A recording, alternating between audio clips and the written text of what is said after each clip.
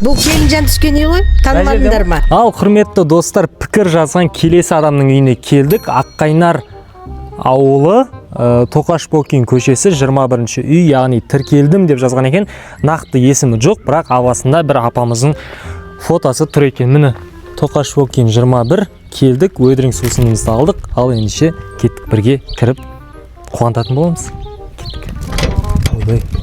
Кіре береміз ба? Саламатсыздар ма? Кім бар? Ит жоқ шығады деп ойлаймын енді. Саламатсыз баба? Қалайсыз? Жағдайыңыз жақсы ма? Біз өйдірің Ұзынағаштан келгенек апа. Қалайсыздар, амансыздар ма? Армысыздар. Апа, сізге лимонадыңызды алып келдік біз. Тіркелгеніңіз үшін және де бізге адресіңізді қалдырған үшін сізге келдік. Рахмет. Үйіңіз күшті екен, апа, кәдімгідей ауылдың бай болып тұр ғой, күшті екен. Енді бұл Келінжан түскен үй ғой, танымадыңдар ма?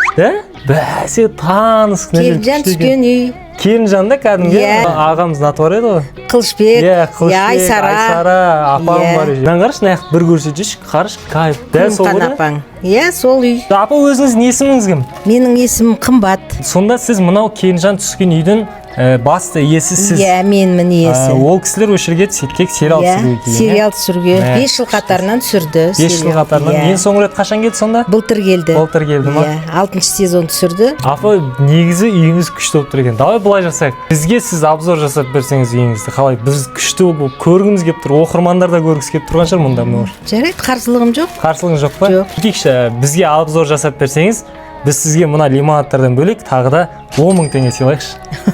Жақсы. Бола ма апа? Болады. Онда қайдан бастаймыз? Қай жақтан бастаймыз? Сырттан бастаймыз ба, іштен ба? Сырттан бастағанда іштен бастасаңдар да болады. Қалай бастағандар? Давай, сырттан бастап, ақырынан ішке келейік те. Тағы бір қызық көрсең, велосипедті деп айтып жатсыңдар ғой. Мына көкте сол Қылыштың велосипеді.